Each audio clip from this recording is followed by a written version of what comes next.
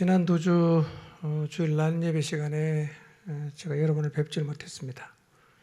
저는 두 주간 여러분의 기도를 힘입어 잘 지내다가 지난 주일 저녁에 돌아왔습니다. 기도해 주신 모든 성도님께 감사를 드립니다. 매년 찾아오는 결실의 계절 가을이 찾아왔습니다. 이 가을에 우리가 해야 할 일이 많이 있지만 그 중에서 가장 마음을 쏟아야 하는 일은 복음 집회입니다. 여러분처럼 저도 복음 집회를 통해 어떤 하나님의 역사를 보게 될지를 기대하는 마음이 있고요. 또 여러분과 같은 마음으로 하나님 앞에 간절히 기도하고 있습니다. 다른 일이 아니라 영혼을 구원하는 일에 교회의 모든 역량을 모으는 것을 하나님은 정말 기뻐하십니다.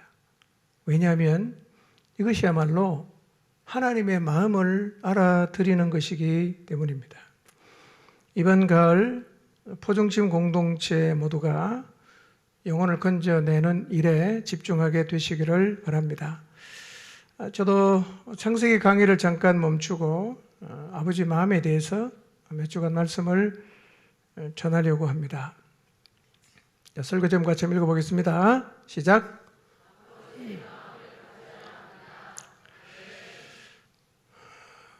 여러분 아버지의 마음을 아십니까? 여러분 아버지 한번 생각해 보세요. 그 아버지의 마음을 여러분 아십니까? 여러분을 바라보는 여러분의 아버지의 마음이 어떨 것 같습니까? 아버지는 외롭다 그러거든요. 왜냐하면 아무도 안 알아주니까.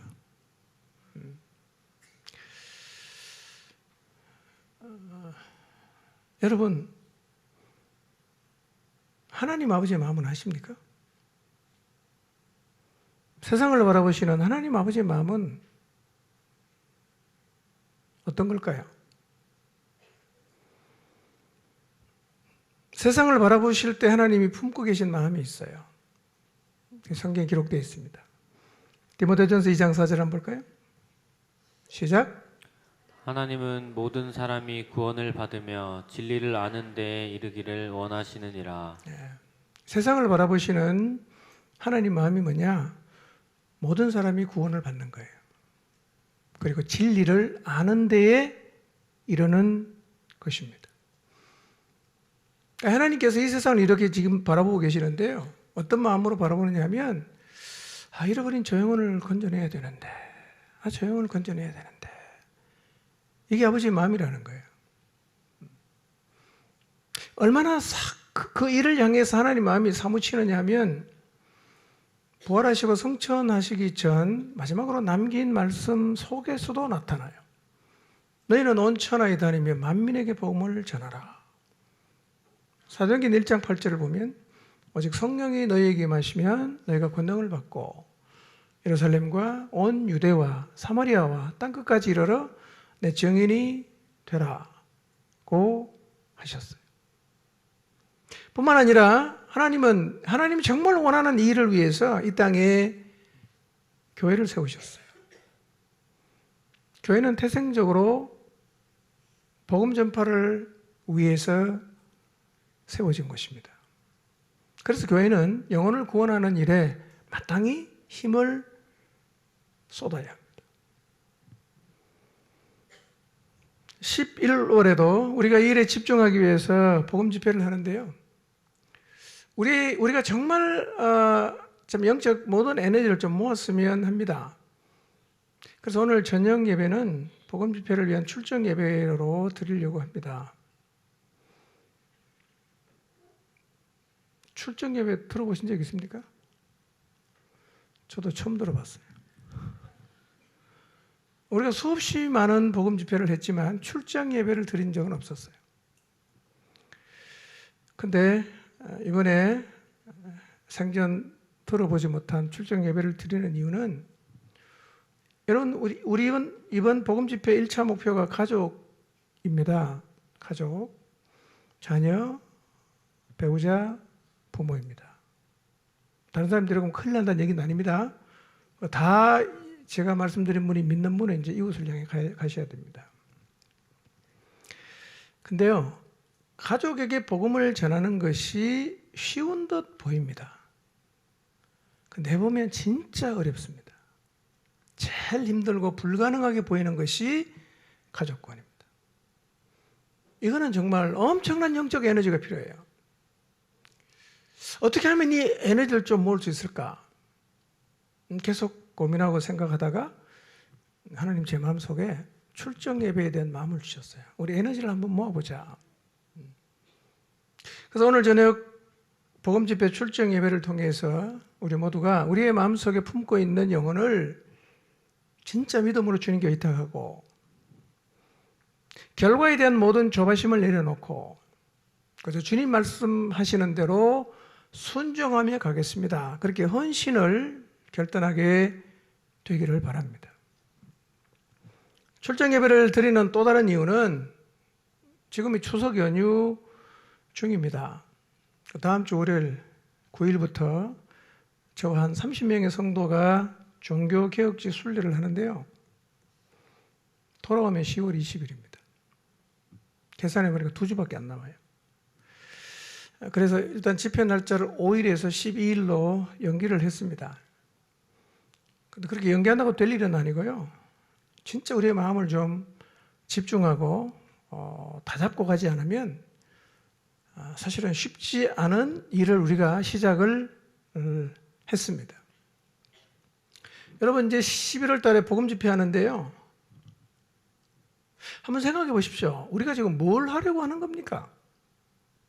뭘 하려고 하는 거예요? 우리는 뭐 가족을 사랑해서 불쌍해서 그 영혼을 건지기 위해서 복음을 전하려고 한다 뭐라고 생각을 하지만 여러분 우리가 하려는 일은 가족들이 가장 싫어하는 일입니다. 정말 이해를 못하는 일이에요. 그들은 말하죠. 야 우리 좀 잘 살고 있다. 좀 제발 좀 힘들게 하지 마라. 제발 좀 건드리지 마라. 제발 그 얘기 좀 그만해라. 이게 가족들의 바람 아닙니까?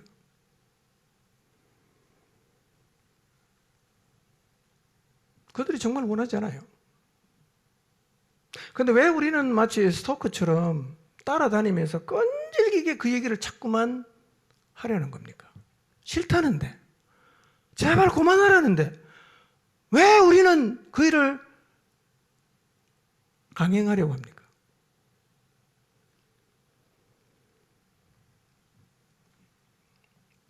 여러분 믿지 않는 사람이 가장 귀찮아하는 거 뭡니까? 제일 듣기 싫어하는 소리 뭡니까? 다 알잖아요. 근데 우리가 왜 합니까? 막말로 우리가 시간이 남아서 주체를 못하는 사람입니까? 아니 본인이 싫다는 내가 내버려 두고 네 알아서 해라. 뭐 종교는 자유다. 이렇게 해도 되지 않겠어요? 근데 왜 우리는 싫다는데 환영을 받지 못하는데도 듣기 싫어하는데도 왜 그 얘기를 계속 하려고 하는 걸까요? 우리 입장에서는 쉬운 일입니까? 얼마나 많은 에너지가 필요합니까? 얼마나 많은 노력이 들어가요? 얼마나 기도를 많이 하고 돈은 또 얼마나 많이 들어갑니까? 밥 사줘야죠. 뭐 하여튼 희생하잖아요. 여러분 제일 좋은 길이 뭐냐? 나도 전하는 게 힘들고 그들도 듣기 싫어하니까 말 안 하는 게 제일 좋아요. 그래 뭐 나도 말 안 할 테니까 니도 알아, 니 알아서 해라. 이렇게 우리가 입을 딱 닫으면 평화가 찾아오지 않습니까? 입을 딱 닫고 신앙생활 해보세요. 교양이 있다 그럽니다. 핍박 없습니다. 비난받을 일 없어요. 우리 그거 다 알잖아요. 왜 그렇게 안 합니까? 싫다는 거 안 하면 되잖아. 나도 힘든 일인데 잘 됐다. 네 싫어하냐? 됐다. 안 하면 되지 않습니까?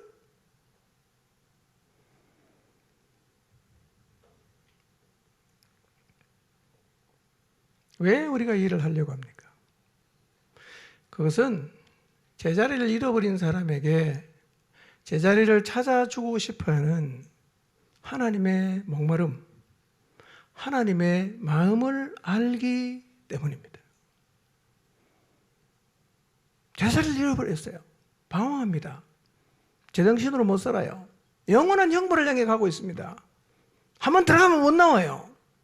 이 영혼을 바라보시는 그 하나님의 안타까움, 그들에게 제자리를 찾아주고 싶어하는 하나님의 목마름을, 하나님의 마음을 알기 때문에 싫어하는 줄 알면서, 욕먹는 줄 알면서 우리가 계속해서 가서 또 말하고 또 말하고 싶은 거예요.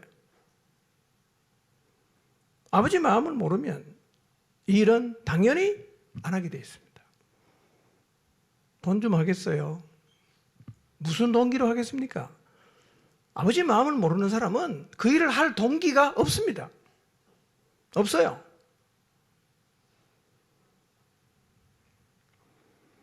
여러분, 자식을 기르는 부모의 가장 큰 아픔이 무엇입니까? 다 자식 키우고 계신 분이 많은데요. 여러분, 내가 낳은 자식을 보면서 가장 안타깝고 아플 때가 언제입니까? 자식이 제자리를 찾지 못하는 거예요. 마땅히 있어야 할 자리에 없을 때, 그것이 부모의 마음을 찢어놓는 거죠. 아이가 건강하게 뛰놀아야 되는데 그 자리에 없어요. 열심히 공부를 해야 되는데 거기 없어, 우리 아이가. 의미 있는 미래를 준비해야 되는데 그 자리가 아니라 미래가 없는 자리에 가서 돌아다니고 있는 그런 자식을 볼 때 부모의 마음이 안타깝죠. 찢어진다고 표현하는 게 맞을 거예요. 가슴 찢어집니다. 제자리에 없다는 게 그렇게 아픈 거죠, 부모에게. 그게 하나님 아버지 마음이에요. 여러분, 그래서 이런 자식을 볼 때 부모가 뭘 가장 원하겠어요? 마땅히 있어야 할 자리로 돌려놓고 싶은 거예요. 공부하는 자리로, 뛰노는 자리로, 미래를 준비하는 자리로 돌려놓고 싶은 것이 부모의 마음이란 말이에요. 여러분, 그게 바로 하나님 아버지의 마음이에요. 우리 아버지의 마음이란 말이에요. 하나님의 인간이 어떤 존재입니까? 모든 걸 다 말씀으로 만드셨어요. 사람은 하나님이 빚으셨어요. 심려를 기울여 만든 걸작 중에 걸작이 인간 아닙니까? 그런데 그 인간이 마땅히 있어야 할 자리에 있지 않고 그 자리를 떠나가 버렸잖아. 그 삶이 행복합니까? 여러분, 복음서를 읽어보세요. 많은 사람이 귀신에게 사로잡혀 있어요. 그것은 하나님이 창조한 인간이 서야 할 자리가 아니에요. 귀신에게 사로잡히죠. 사단을 따라가지요. 안식이 없지요. 그리고 한번 들어가면 나올 수 없는 영원한 형벌을 향해서 지금 달려가고 있어요. 이런 인간을 바라보시는 하나님 아버지 마음이 찢어지는 거예요. 뭘 원하시겠어요? 돌려놓고 싶은 거예요. 어디로? 원래 자리로. 이게 아버지의 마음이에요.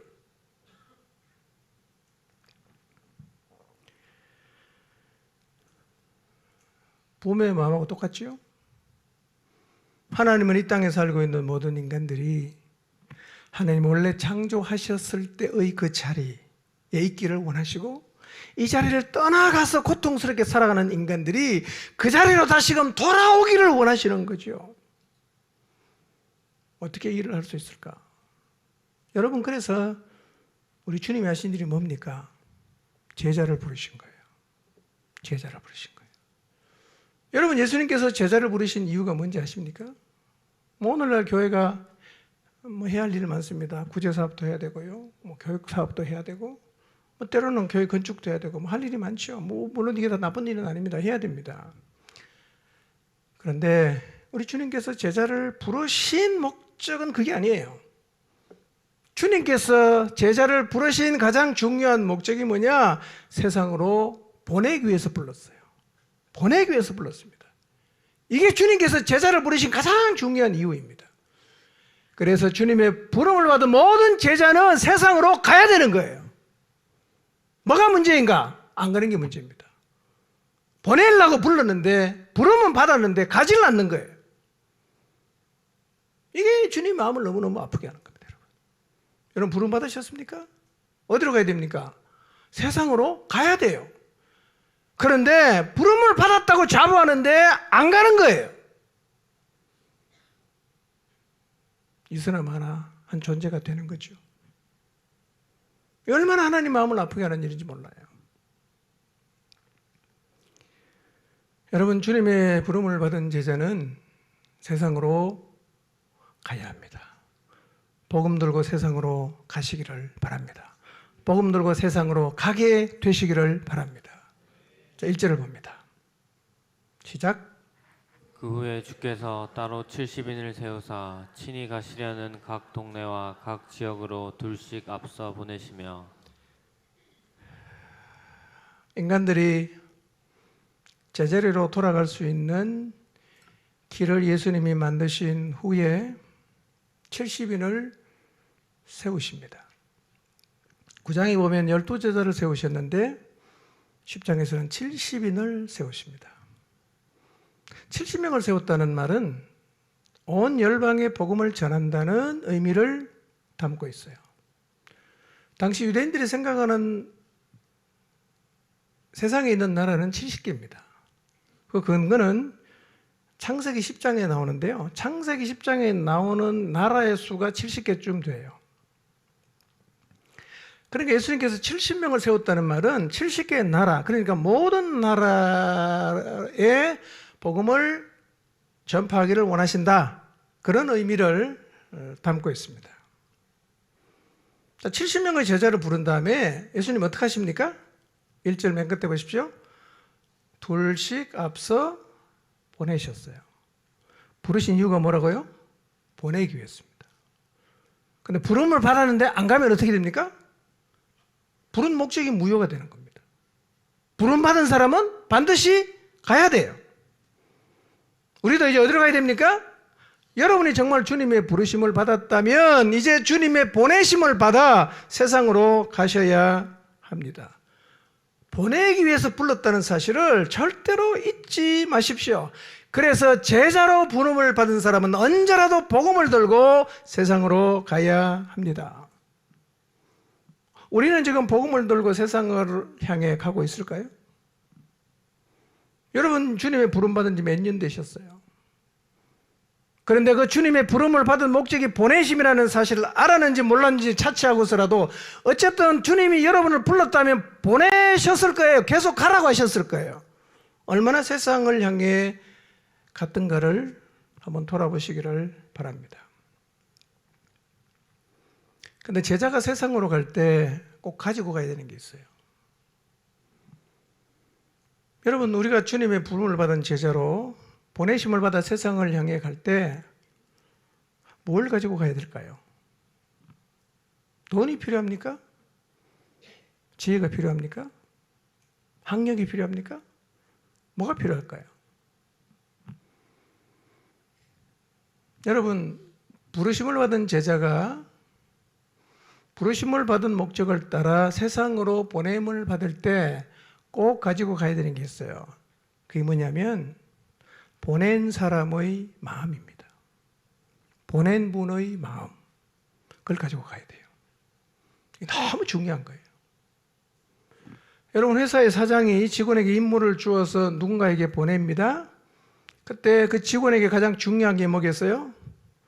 사장의 마음을 가지고 가야 되는 거예요.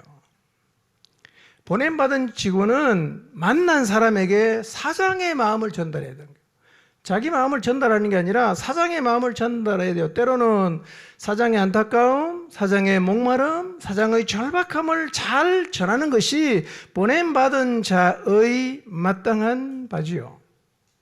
그래서 보냄을 받은 자에게 가장 필요한 게 뭐냐? 보내신 분의 마음을 갖는 것입니다.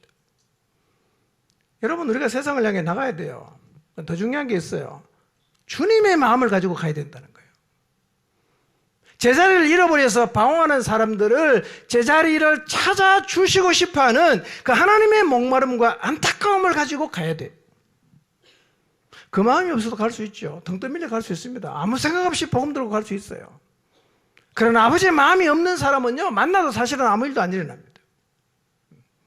긍휼의 마음, 안타까운 마음, 불쌍한 마음, 절박한 마음, 이 마음을 가지고 가야 되는 거예요. 이번 복음 집회 우리 모두가 이 마음으로, 이런 마음으로 영혼을 향해 나가게 되시기를 바랍니다. 자, 그런데 예수님은 70인을 어디로 보냈습니까? 1절 다시 보여주실래요? 어디로 보냈죠? 친히 가시려는 각 동네와 지역으로 보내셨다. 그렇게 말씀해요. 제자들은 자기가 가고 싶은 곳으로 가는 게 아니라 주님이 보내는 데로 가야 됩니다. 주님이 친히 가시려는 동네와 지역으로 미리 가는 거예요. 마치 침례 요한처럼. 길을 예비하러 갔던 침례 요한처럼 그렇게 가는 거죠. 결국 이 말은 70인의 제자는 주님을 대신해서 가는 거예요. 주님을 대신해서 가는 겁니다. 보낸 사람의 권위를 가지고 가는 것입니다. 여러분, 그래서 복음을 전할 때 이 보냄에 순종해서 나갈 때 하나님의 역사를 경험하는 거예요. 희한한 일들이 일어납니다. 왜 그렇습니까? 보냄을 받은 자는 보낸 자의 권위를 가지고 가기 때문에 그런 거예요. 여러분, 주님이 여러분을 보냈다는 사실을 잊지 마시기를 바랍니다. 지금 우리가 가려는 곳, 이번 복음 집회에 하나님 여러분에게 마음을 주셔서 여러분이 가려는 곳도 주님이 친히 가시려는 곳임을 잊지 마시기를 바랍니다. 우리 남편, 자녀, 부모에게로 나를 보내신 분은 누구입니까? 하나님이에요. 나는 하나님을 대신해서 그들에게 가는 것입니다. 여러분, 성령께서 여러분의 마음에 부담을 주시고 가게 하신 그곳이 주님이 친히 가시려는 곳임을 잊지 마십시오. 이런 겁니다. 그분이 보냈다면 책임도 누가 질 거예요? 보낸 분이 지는 거예요. 보낸 분이 책임지는 겁니다.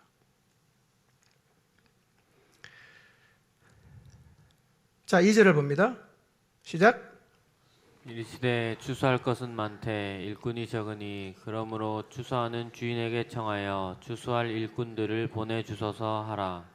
자, 여러분, 하나님의 눈으로 세상을 바라보십시오. 추수할 게 많습니까? 적습니까? 엄청나게 많죠. 제자리 잃어버린 사람들이 얼마나 많습니까? 너무 많죠. 근데 누가 없어요? 그리로 가는 사람이 없어요. 그러니까 자기를 부르신 그 목적을 잃어버린 사람이 많다는 말입니다. 추수할 것은 태산 같은데 그 일을 위해서 부름을 받은 자가 보내는데 안 가는 거예요. 일꾼이 모자라죠. 항상 모자라죠. 여러분, 추수꾼이 적은 것은 오늘 우리 시대의 현실 아닙니까?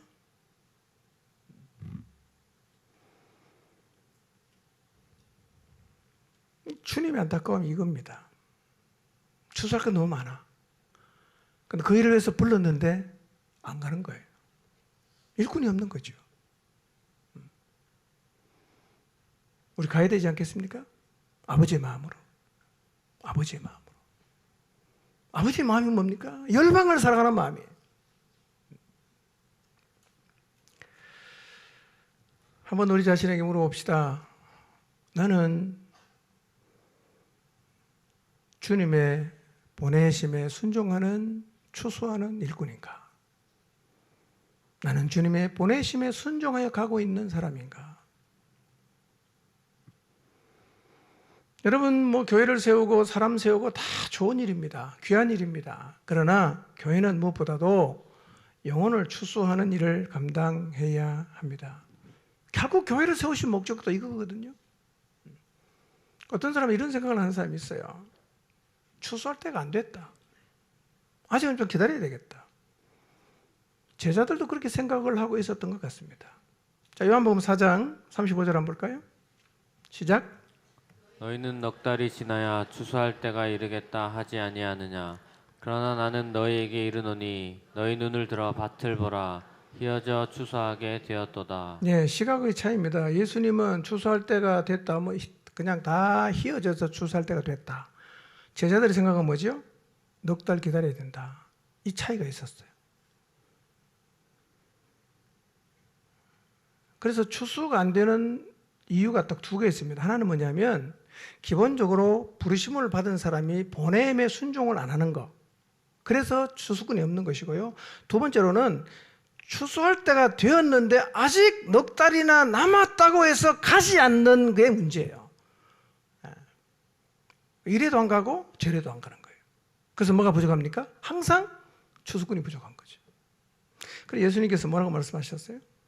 추수하는 일꾼에게 청하여 추수할 일꾼을 보내어 달라고 기도하라고 하십니다. 이 기도 우리가 해야 됩니다. 여러분, 하나님께서 우리 안에 더 많은 추수할 일꾼을 보내주시도록 기도하시기를 바랍니다. 여러분, 복음의 능력은요, 도시를 변화시킬 수 있어요. 제 안에 계속 드리는 기도가 이겁니다. 우리 교회가 복음으로 이 도시를 흔들 수 있게 해주십시오. 들썩들썩할 수 있습니다. 우리가 주님의 부르심을 받은 자로 주님이 보내실 때 순종해서 가면 그런 일이 반드시 경험될 것입니다. 여러분, 예루살렘 교회가 전 세계를 뒤집어 엎지 않았습니까? 자, 3절을 보겠습니다. 3절 시작. 갈지어다 내가 너희를 보냄이 어린 양을 이리 가운데로 보냄과 같도다. 예. 자, 주님이 70명의 제자를 그분이 가시려는 각 동네와 마을로 보내시는데 3절에 보니까 내가 너희를 보내는 곳이 이렇다라고 말씀하시는데 좀 무시무시한 곳입니다. 어떻게 설명합니까? 어린 양을 이리떼 가운데 보내는 것과 같다 이렇게 말씀하셨어요. 여러분, 양을 이리떼 가운데 보내면 어떤 일이 벌어질까요? 100% 죽습니다. 제가 이거 한번 찾아보려고 했는데 못 찾아봤는데요.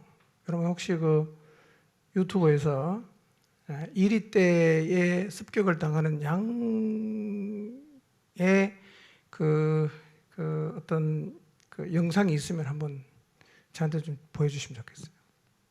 이리떼 보내진 양은 100% 죽습니다. 왜 주님은 우리를 이런 자리로 보내십니까?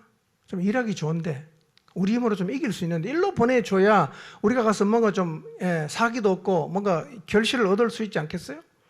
100% 가면 죽을 게 뻔한데 안 가는 게 낫지 않겠어요? 왜 주님은 이런 곳에 우리 보고 가라고 하시는 걸까요? 이게 무슨 의미일까요? 이런 얘기입니다. 네가 복음 들고 내가 보내는 곳에 가는데 네 힘으로는 안 된다는 것을 기억하고 가라는 거예요. 꼭 기억하십시오. 여러분, 이번에 복음 집회할 때 뭐 여러분 자녀에 가든 뭐 부모에 가든 배우자에 가든 갈 텐데요. 처음부터 생각했어요. 내 힘으로는 안 된다는 것을 기억하고 가십시오. 뒤집으면 무슨 얘기입니까? 전적으로 나만을 의지하고 가라는 말입니다. 예. 준비 안 해도 됩니다. 예. 준비할 필요가 없고요. 나의 탁월함으로 어떤 결과를 내려고 할 필요도 없어요. 어차피 내 힘으로는 안 되는 거예요. 이 말은 열심히 하면 안 된다, 성실하게 하면 안 된다, 그 말이 아니라 네 힘을 빼라는 거예요. 왜요? 어차피 그건 내 힘으로는 안 되는 거예요. 누가 합니까? 보낸 분이 하시는 거죠. 이 사실을 잊지 마시길 바랍니다. 여러분, 복음 집회에 하나님이 여러분에게 보여주시는 영혼을 향해서 다 나갈 텐데요. 처음부터 내 힘으로는 안 된다는 것을 인정하시길 바랍니다. 주님이 그렇게 말씀하세요. 이리떼 앞에 놓여진 양이 어떻게 살 수 있겠어요? 생존조차 불가능해. 놀라운 사실은요, 그렇게 보내진 70명의 제자가 17절부터 보면 돌아와서 뭘 보고합니까? 이겼다는 거예요. 신기하죠? 이겼다는 거예요. 누가 하셨어요? 보낸 분이 하신 거예요. 저는 이번 복음 집회를 통해서 우리 안에도 이 70인의 제자의 보고와 같은 그런 아름다운 간증이 일어나게 되기를 바라고 일어날 줄로 믿습니다. 누가 하는 거라고요? 어차피 내가 하는 게 아니에요. 전적으로 주님을 의지하시기를 바랍니다. 우리는 보냄을 받은 자죠. 책임은 누가 지냐? 보낸 분이 지시는 것입니다. 지금 우리가 가는 곳도요, 우리 힘으로는 어떤 결과도 얻을 수 없는 곳이라는 사실을 기억하시기를 바랍니다. 이 시간 힘을 빼시기를 바랍니다. 다만 주님이 말씀하시는 대로 순종하겠습니다. 그렇게 다짐하는 시간이 되시기를 바랍니다. 예, 70명의 제자가 승리하고 돌아왔어요. 기적이죠, 기적. 예. 이리떼 가운데 보내진 어린 양이 가서 이기고 돌아왔다. 이제 말도 안 되는 거죠. 그런데 그 말도 안 되는 역사가 복음을 전파하러 나가면 오늘 우리에게도 동일하게 일어난다는 사실을 믿음으로 나가시기를 바랍니다. 자, 4절을 봅니다. 시작. 전대나 배당이나 신발을 가지지 말며 길에서 아무에게도 무난하지 말며. 네, 이 말도 참 이해가 안 되죠. 왜냐하면 전대나 배낭이나 신발은 순회 전도자의 필수품입니다. 뭘 넣어 가방에 옷이라도 뭘 넣어 다녀야 되지 않겠어요? 속옷이라도. 그 다음에 돈이 새 가서 밥도 사 먹고 뭐 필요한 거 구입하지 않겠어요? 예. 근데 다 갖지 말라는 거죠. 이 말은 가다가 죽어라 그런 말일까요? 그 말도 이런 뜻입니다. 하나님만 전적으로 의지하라는 거예요. 하나님만 전적으로 의지하라. 여러분 추수하러 나갈 때 보냄을 받은 자는 보낸 자를 전적으로 의지를 해야 합니다. 이 말에 순종해서 나가면 하나님의 역사를 반드시 경험하게 돼요. 여러분 혹시 이런 생각을 할 수 있습니다. 여러분 남편을 생각해보고 부모님과 자녀를 생각해보면서 우리 남편, 우리 부모님 이번에 꼭 예수님 믿게 하려고 하면 이런 게 필요할 텐데 나는 이런 거 하나도 안 갖고 있네? 이번에 힘들겠다. 그렇게 생각하실 수 있어요. 최소 이 정도는 내가 준비를 해야 되는데 내가 보니까 나한테 준비가 한 개도 안 됐어요. 그 속으로 생각하는 거죠. 이번에도 안 되겠다. 이렇게 생각할 수 있다는 거예요. 근데 예수님 뭐라고 말씀하십니까? 오히려 그거를 준비하지 말라고 하십니다. 그런 거 준비하지 말래요. 내가 보냈으니까 내가 알아서 한다. 너는 나만 전적으로 신뢰하고 가라. 이렇게 말씀을 하세요. 여러분 이번 복음 집회 하나님만 전적으로 의지함으로 나가게 되기를 바랍니다. 최소한 이거는 준비돼야 되지. 그거 준비 안 됐습니까? 괜찮아요. 주님은 오히려 그거 준비하지 말고 나만 믿고 가라고 말씀하십니다. 전대도 배낭도 신발도 준비하지 마라. 그 가라. 누가 한다? 내가 한다. 여러분 이 시간 마음으로 하나님을 전적으로 의지하게 되시기를 바랍니다. 자, 5절 6절 볼까요? 5절 6절 시작.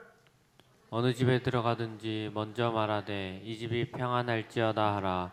만일 평안을 받을 사람이 거기 있으면 너희의 평안이 그에게 머물 것이요 그렇지 않으면 너희에게로 돌아오리라. 자, 어느 집에 들어가든지 먼저 뭘 구하라고요? 평안을 구하라. 샬롬을 구하라 그런 말이거든요. 샬롬. 뭐가 샬롬입니까? 샬롬은 이런 거예요.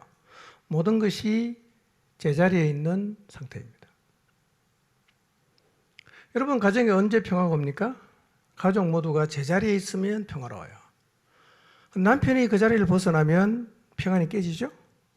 아내가 있어야 할 자리를 벗어나면 평안이 깨집니다. 자식이 있어야 할 자리를 떠나가면 평안이 깨져요. 샬롬이 뭐냐? 모든 것이 제자리에 있는 상태입니다. 자, 그러면 하나님을 떠난 사람에게 진정한 평강, 샬롬이 있을까요? 없죠.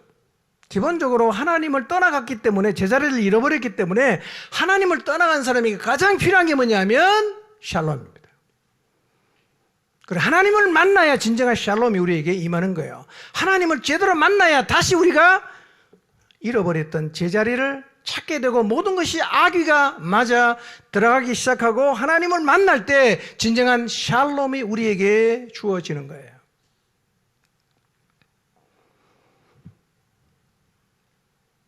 그래서 하나님을 떠나 인간이 서야 할 제자리를 잃어버린 사람 보면요, 유독 복음서를 보면 참 귀신 들린 사람 많지 않습니까?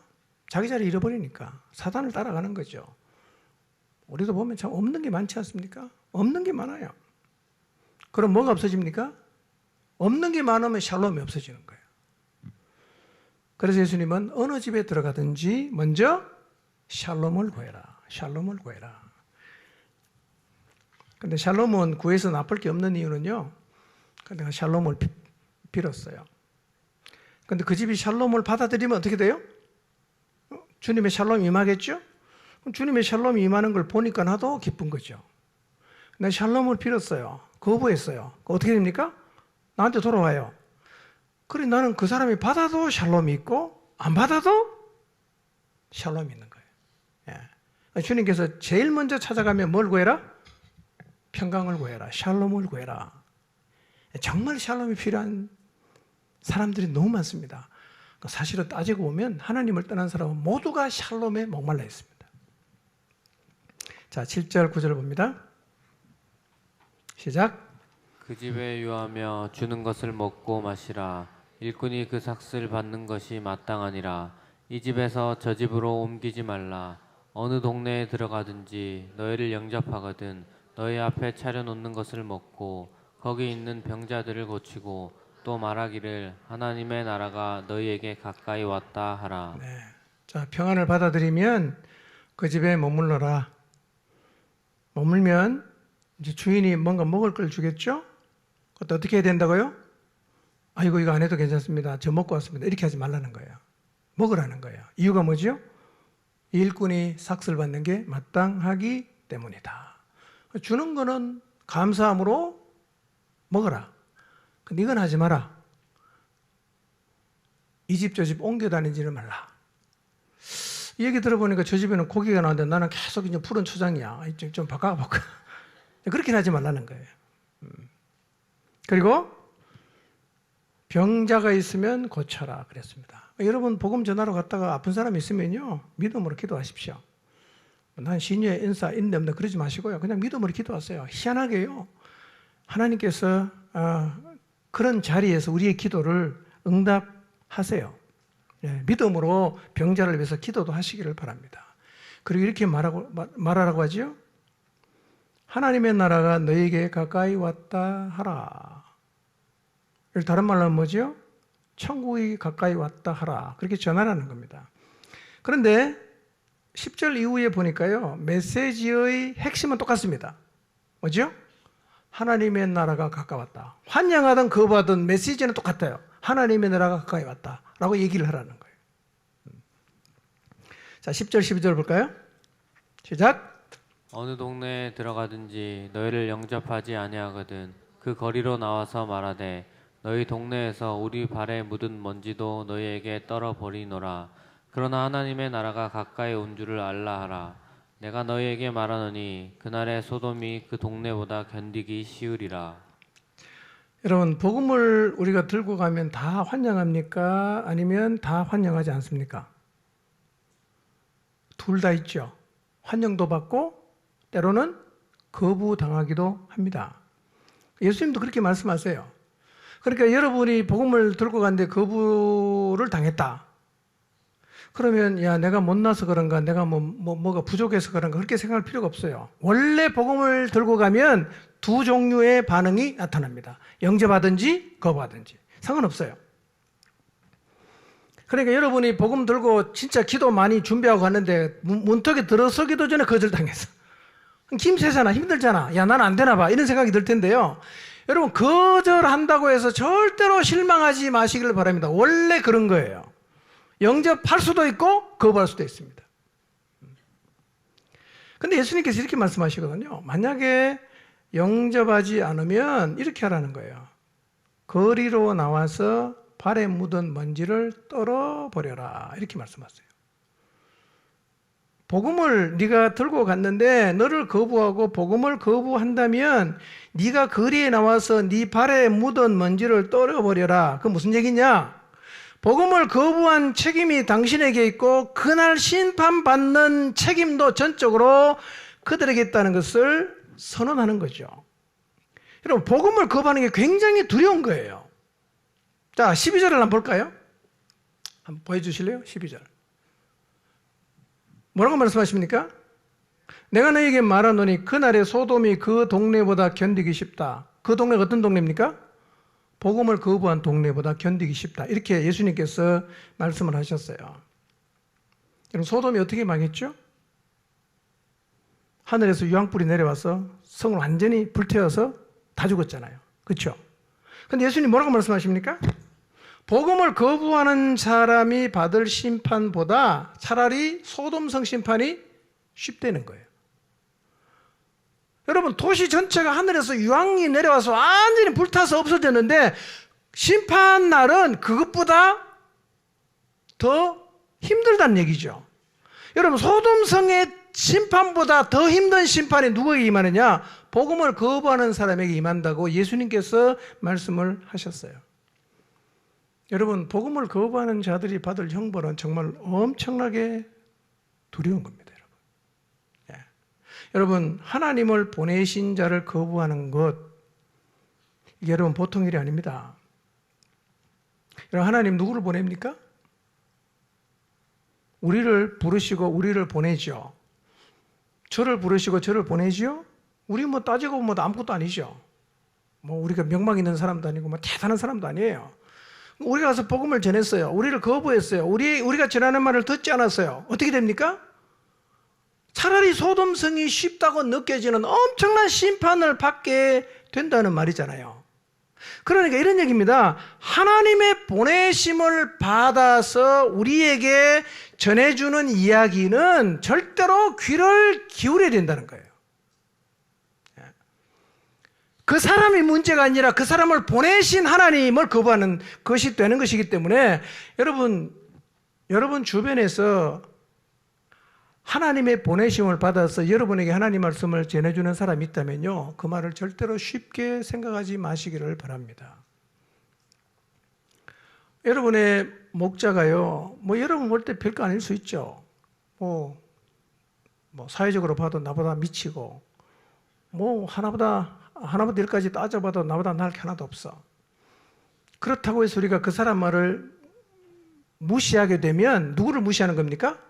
보낸 사람을 무시하는 거죠. 여러분, 하나님의 보냄을 받은 사람의 말을 무시하는 것을 여러분 두려워하시길 바랍니다. 쉬운 얘기가 아닙니다. 간단한 얘기가 아니에요.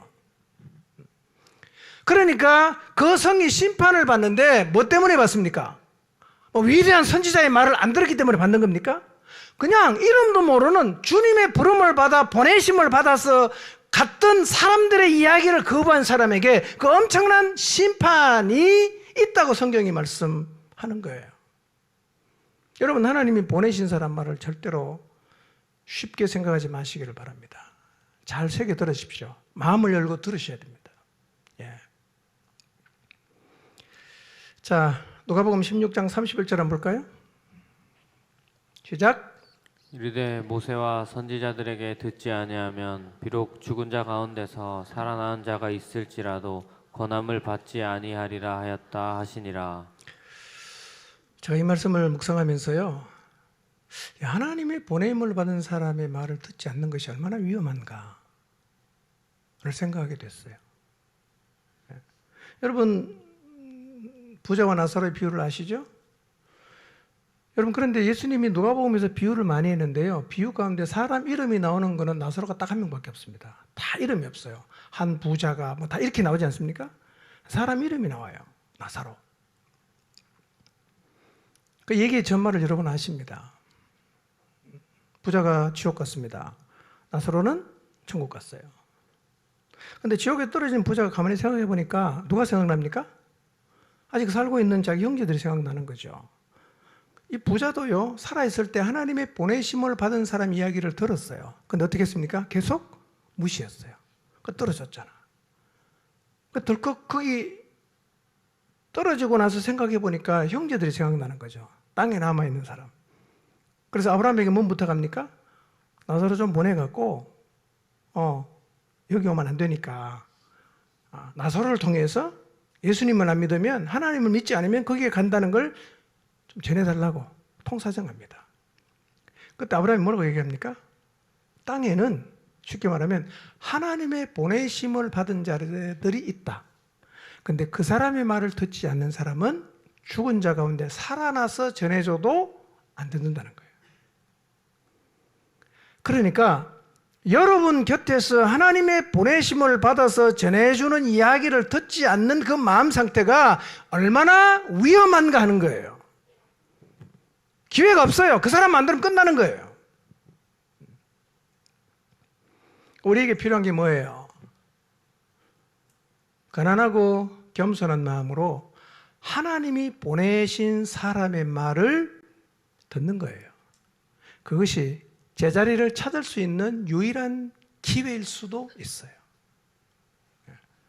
여러분, 하나님이 여러분에게 직접 말하지 않습니다. 사람을 보내요. 그리고 여러분에게 보내진 사람이 굉장히 유명한 사람이 아닐 수 있어요. 아주 평범하고 이름도 모르는 무명의 사람일 수도 있습니다. 그러나 하나님은 그런 사람을 통해서도 말씀하신단 말이에요. 그러니 우리는 항상 귀를 열고 겸손한 마음으로 하나님이 보내신 사람이 나에게 이야기하면 우리는 그 말을 들을 수 있는 마음의 기본적인 자세를 가지고 살아야 됩니다. 여러분, 하나님 말씀, 하나님이 보내신 사람의 말을 거부한다는 거요, 엄청 두려운 거예요. 소돔성이 견디기 쉽다 그러잖아. 그 사람 받을 형벌이. 예수님 말씀 그대로입니다. 아브라함이 한 얘기처럼요, 주변에서 하나님이 보내서 말씀하시는 무명의 그리스도인의 말을 듣지 않는 사람은 죽은 자 가운데 살아난 사람이 가서 전해도 역시 안 듣습니다. 문제가 뭐냐? 마음이에요. 마음.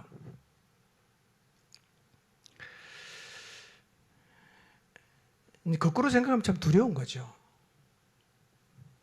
우리 아이가 안 들으면 어떡하지? 우리 남편이 끝까지 안 들으면 어떡하지? 기회가 없는 건데. 여러분 13절 15절 한번 볼까요? 읽습니다. 시작. 화 있을진저 고라시나 화 있을진저 벳세다야 너희에게 행한 모든 권능을 두로와 시돈에서 행하였더라면 그들이 벌써 베옷을 입고 제에 앉아 회개하였으리라. 심판 때에 두로와 시돈이 너희보다 견디기 쉬우리라. 가버나움아 내가 하늘에까지 높아지겠느냐 음부에까지 낮아지리라. 자, 예수님은요, 보낸 사람들의 말을 거부한 사람들은 기적을 보고도 여전히 거부하고 있다고 말씀하고 있어요. 그리고 그 도성들을 향해서 화가 있을 것이다 라고 말씀을 하십니다. 세 개의 도성을 얘기하죠. 고라신, 벳세다, 가버나움이에요. 고라신에서 어떤 일을 행하셨는지는 성경에 기록이 없어요. 근데 주님 이렇게 말씀하시는 걸 보니까 주님께서 고라신에 대해서 상당한 관심과 애정을 기울이셨을 것으로 추측할 수 있어요. 벳세다에서는 어떤 일이 있었죠? 우리가 잘 아는 오병이어의 기적, 소경의 눈을 뜨게 하는 표적을 주님은 벳세다에서 행하셨어요. 그런데 그들은 회개하지 않았습니다. 가버나움은 어떤 것입니까? 하인의 병을 고친 백부장 사건, 베드로의 장모의 병을 고치고 주님이 가버나움이 본거지로 삼아서 거기서는 굉장히 말씀도 많이 하시고 기적도 엄청 많이 행하셨어요. 그런데 주님이 보내신 자를 거부한 사람은 주님이 보여주신 표적을 보고도 역시 거부했어요. 회개하지 않았습니다. 예수님 뭐라고 말씀하십니까? 가버나움아 내가 하늘에까지 높아지겠느냐? 음부에까지 낮아질 것이다. 뭔 얘기입니까? 감당하기 힘든 심판이 있을 거다 라고 말씀하십니다. 여러분, 하나님 말씀 거부하면요 심판을 면할 수가 없어요. 자, 그런 의미에서는 사실 우리 마음이 더 절박해지는 거예요. 이때까지 복음 전에도 우리 남편 끄떡도 안 하는데, 우리 부모님 고개 잘라잘라 흔드는데, 우리 아들 복음에 전혀 관심이 없는데, 야 이러다가 진짜 음부보다 더 낮아지는 소돔성보다 더 감당하기 힘든 그 심판의 자리에 떨어지지 않겠는가? 뒤집으면 그런 마음의 두려움이 있는 거죠.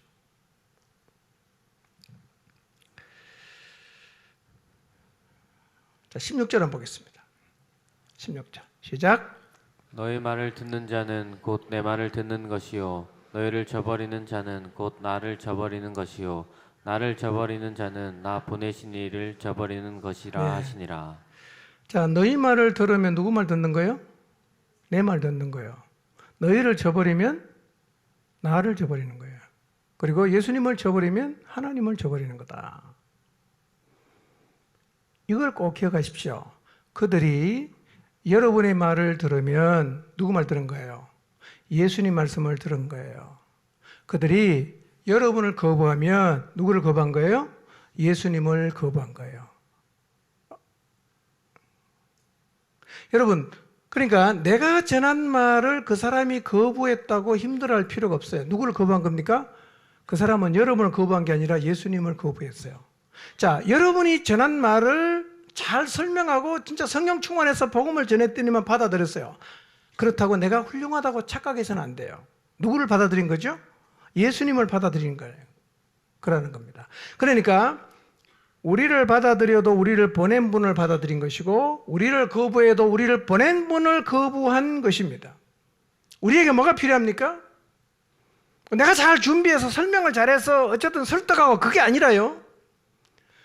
그들을 제자리에 돌려놓으려는 하나님 아버지의 애탐과 목마름을 가지고 그들에게 나가는 것, 그것이 우리에게 필요한 거예요. 성경에는요, 진짜 하나님의 목마름으로 가족에게, 자녀에게 나갔던 부모들의 이야기가 있어요. 저는 이번 복음 집회에 우리 모두가 하나님이 보내시는 사람으로 영혼을 향해 나갈 때 이런 간절한 마음을 가지고 나가게 되시기를 바랍니다. 자, 마태복음 15장 21절에서 28절인데요. 읽지 않겠습니다. 내용은 여러분 잘 아십니다. 귀신이 들려서 제정신으로 살지 못하는 자기 딸에게 제자리를 찾아주려는 아주 간절함을 가졌던 여인의 이야기입니다. 수로보니게 여인이에요. 자, 이 여인이 자기 딸이 귀신 들렸습니다. 자기 삶을 못 살죠. 그래서 예수님을 찾아간 거죠. 두로 지방에서. 근데 내용을 쭉 읽어보면 예수님은 이 여인에게 아주 관심이 없는 듯 행동을 하십니다. 불러도 대답도 안 하고요. 그러다가 이렇게 말씀하셔요. 자녀의 떡을 취해서 개에게 던짐이 마땅하지 않다. 무슨 얘기입니까? 너는 개다 이 말 아닙니까? 이쯤 되면 기분이 나빠서 그냥 갈 법도 하지 않습니까? 근데 이 여인이 뭐라고 말합니까? 개들도 제 주인의 상에서 떨어지는 부스러기를 먹습니다 라고 하면서 예수님에게 끝까지 매어 달려요. 그리고 결국 이 딸에게서 귀신이 나갔습니다. 딸에게 새로운 삶을 찾아주려는 이 어머니의 간절함이 결국은 딸을 제자리에 돌려놓았어요. 저는 이번 복음 집회를 하면서요, 우리 모두가 이런 목마름을 가지고 하나님이 보내시는 가족에게 나가게 되기를 바랍니다. 여러분, 복음을 거부하면 심판이잖아요. 음부보다 더 낮아진다 그랬잖아요. 어떡하겠어요? 하나님 아버지의 간절함을 갖고 하나님이 보내시는 그 영혼을 향해서 나가게 되시기를 바랍니다. 마가복음 9장 23절 24절입니다. 읽지 않겠습니다. 똑같이 귀신 들렸어요. 얘는 말을 못해. 여러분, 귀신 들려서 귀신이 끄는 대로 끌려다니고 말을 못하니까 자기의 삶을 다 잃어버렸죠. 이런 자식을 보는 아버지가 얼마나 가슴이 아프겠어요. 어느 날 아버지가 귀신을 잘 쫓아낸다는 예수님 소문을 들었어요. 데리고 왔더니만 마침 예수님은 안 계시고 그 제자들밖에 없었어요. 그 제자들에게 데리고 와서 좀 귀신 좀 쫓아내달라고 부탁했습니다. 그럼 제자들이 아무래도 못 쫓아내요. 그런 와중에 예수님이 오셨어요. 예수님은 그 제자들의 믿음이 없음을 탄식하십니다. 그리고 아이 아버지 이렇게 말씀하십니다. 야, 그 아이 데리고 와라. 그랬더니만 아버지가 아이를 예수님께 데리고 왔어요. 귀신이 예수님을 보고 아이로 심히 경련을 일으키게 하고 막 땅에 엎드려져서 막 거품 굴면서 막 떼구르떼구르 구르게 만들었어요. 이런 자식을 바라보는 아버지가 얼마나 마음이 아프겠어요. 제 삶을 살지 못하고 귀신에게 그냥 끌려다니면서 이렇게 인간 이하의 삶을 살고 있는 아이를 보면서 아버지가 너무 마음이 아파요. 그래서 예수님에게 호소합니다. 뭘 할 수 있거든 좀 도와주십시오. 간청하는 거예요. 그때 예수님께서 아이 아버지에게 말합니다. 할 수 있거든이 무슨 말이냐? 믿는 자에게는 능히 하지 못할 일이 없다. 이 예수님 말씀을 들은 아이 아버지가 막 소리를 질러서 예수님께 이야기합니다. 내가 믿습니다. 나의 믿음 없는 거 좀 도와주십시오. 결국 이 아버지의 간절함이 아이를 고칩니다. 아이는 잃어버린 자기의 자리를 되찾았어요. 아버지의 목마름, 아버지의 애타는 마음, 아버지의 간절함이 결국은 아들을, 제자리를 잃어버린 아들이 다시금 제자리에 돌아오게 만들었어요. 저는 우리 모두가 이런 간절함을 가지고 하나님 앞에 나가게 되시기를 바랍니다. 하나님, 나의 믿음 없는 것 좀 도와주십시오. 하나님, 저희 좀 불쌍히 여겨주십시오. 여러분, 귀신 들리진 않았지만 귀신의 영향을 받고 악한 영의 영향을 받아서 세상의 거짓말에 속아서 정신없이 살고 있는 우리 자식들 도대체 죄를 어떻게 해야 되는가? 여러분 주님 앞에 데리고 나오십시오. 하나님 좀 도와주십시오. 주님 앞에 간절함으로 기도한다면 하나님께서 그 간절함을 외면하지 않으실 거예요. 마가복음 5장 21절에 23절입니다. 회당장 야이로 이야기입니다. 회당장 야이로에게 12살 난 외딸이 있었는데 병들어 죽어가고 있어요. 아이 아버지가 예수님 찾아갑니다. 그리고 예수님 발 아래 엎드립니다. 간곡히 요청합니다. 내 어린 딸이 죽게 됐습니다. 와주십시오. 그에게 손 얹어 기도 좀 해주십시오. 좀 살려주십시오. 간청합니다. 예수님께서 가자 그럽니다. 그런데 가는 길에서 12회를 혈루증으로 앓던 여인을 만나서 시간이 지체가 됩니다. 집에 가기도 전에 아이가 죽어버렸어요. 사람들에서 기별합니다. 딸 죽었습니다. 선생님도 괴롭게 하지 마세요. 얼마나 절망스럽겠어요. 예수님께서 말씀하십니다. 두려워하지 말고 믿기만 해라. 그 아이의 집에 가십니다. 그 아이의 손을 잡고 예수님께서 말씀하십니다. 달리다 굼 아이야 일어나라. 그랬더니 죽었던 아이가 벌떡 일어났어요.